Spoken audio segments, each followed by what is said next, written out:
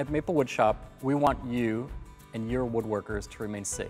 So we're going to help you in a number of ways. Ultimately, it's up to you to maintain a safe environment. So let's talk about the ways we can do it.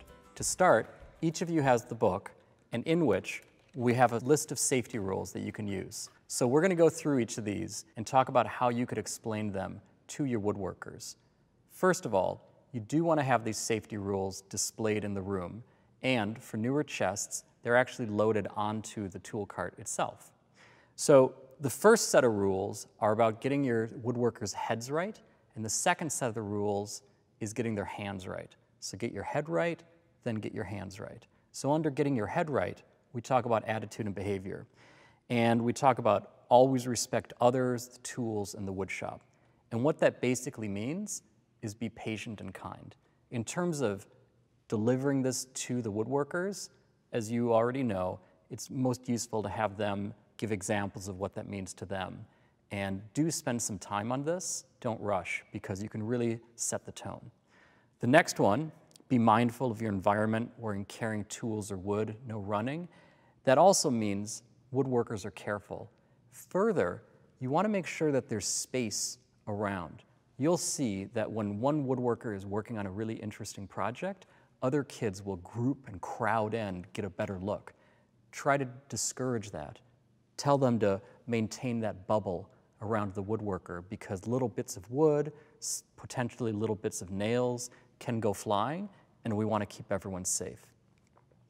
Next, and this is probably our favorite rule, if you will, it's more of a motto or an attitude, is that things will go wrong, and how you deal with them is what matters.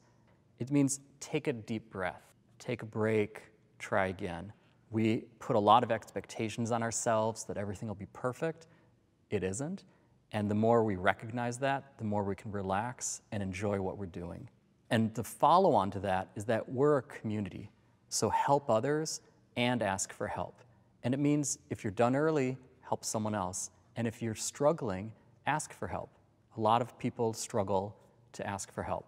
And so we have these workbenches set up in pairs, like a buddy system. And so pairing with the person across from you is very powerful. It helps you avoid mistakes, and it helps you understand things that you don't understand yourself.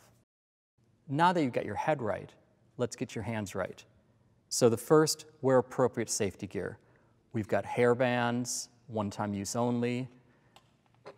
We've got safety goggles, which you can clean in between. And we've got earmuffs, which you can also clean in between classes if you like.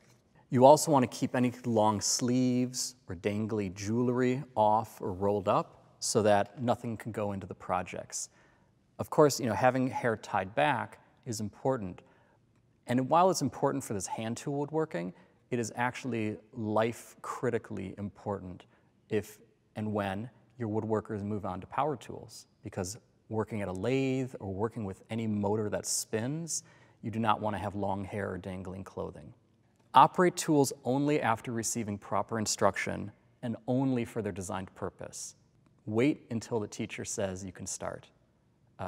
Some tools may be intuitive, but you want to maintain that control, and you want to make sure kids really understand what they're doing and why they're doing it before they start. Hold the wood with vices or workstations. In other videos, we go through at length about how these portable workbenches work.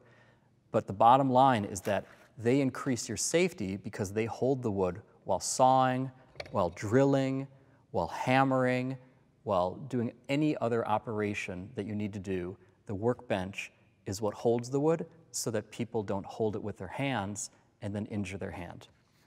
Keep your hands away from cutting edges. Seems intuitive, but a lot of people forget.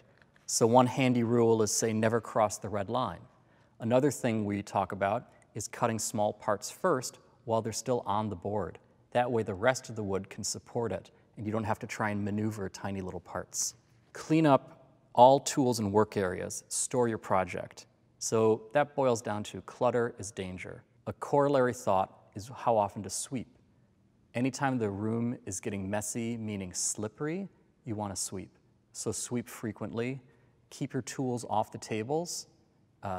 Encourage kids to put away saws as soon as they're finished with them, not after some set number of minutes, but as soon as they're done. Same goes with any other tool.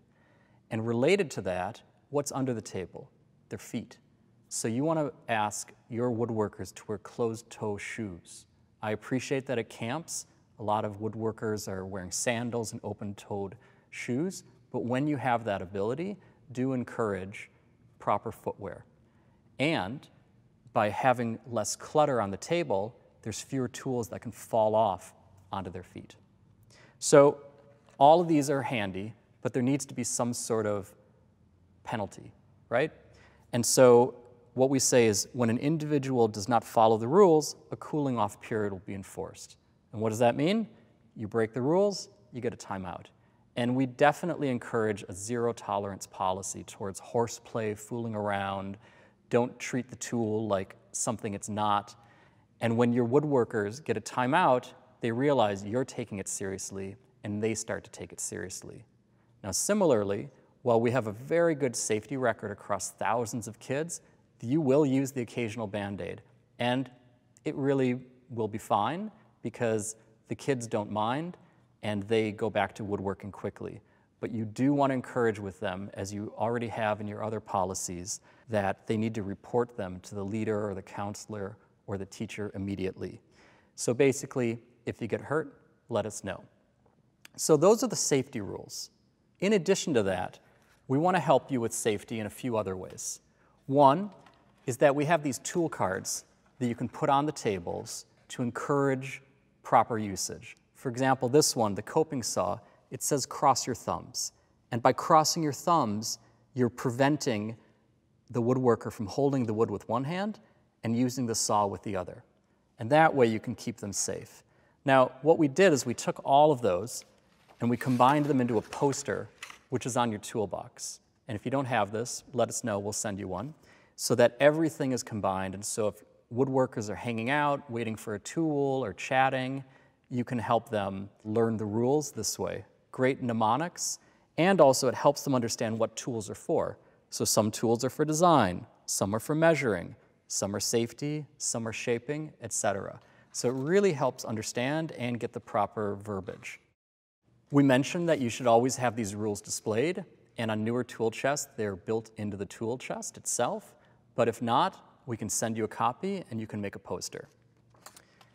Last, we've noticed that the problem times of a class are the shoulders, meaning when kids come in or when kids are going out. So one method you could use for harnessing the energy of your woodworkers when they're coming in or out is to have a pounding block. This is the pounding block that we had in our camp last year. And as you can see, it's like a work of art at this point because so many hundreds of kids have enjoyed just randomly pounding nails into this big block of wood. So it's something for them to do that's relatively safe. It's something that you can also use when a woodworker is getting really frustrated and just needs to vent and offload and blow off some steam. So it's a very powerful technique in that regard. So last point about safety is that with these safety rules, we provide you with a quiz, and we encourage you to use that quiz with your woodworkers even before they pick up the first tool, because it demonstrates both that they understand and that you're taking safety seriously. So we wish you many happy hours of safe and enjoyable woodworking and developing those life skills in your woodworkers.